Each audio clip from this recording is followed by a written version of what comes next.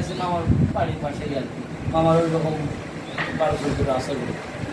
তো মামা ম্যাক্সিমাম মানে ঘাস খাওয়ায়, কিছুই কম খাওয়ায়, ধরেন ডেলি 4-5 ঘাস যায় এরকম।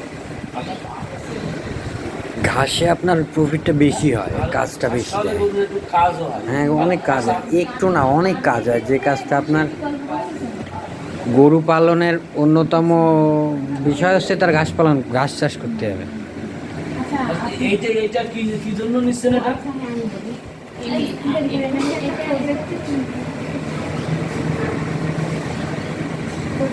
আমি আসছি হচ্ছে Bangladesh livestock research institute, BLRI থেকে। মানে বাংলাদেশের একটাই জাতীয় প্রতিষ্ঠান আছে প্রাণী সম্পদ গবেষণার উপর।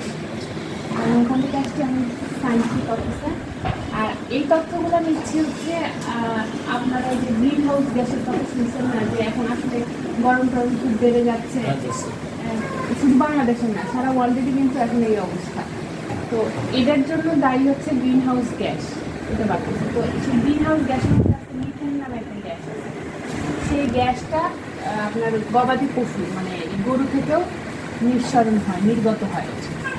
সেই গ্যাসের পরিমাণ কত, মানে আমাদের বাংলাদেশে গবাদি প্রাণী থেকে কী পরিমাণ মিথেন গ্যাস নিঃসরণ হচ্ছে, সেইটা পরিমাপ করার জন্য আমরা এই তথ্যগুলো দিচ্ছি।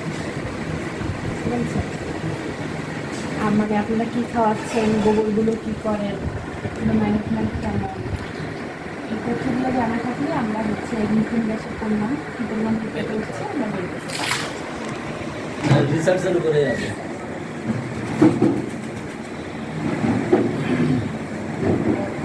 আপনারা তো আমাদেরকে নাস্তা দিচ্ছেন, কিন্তু আমি আপনার চা নাস্তার জন্য সামান্য কিছু নাস্তা কি দিছি ও তো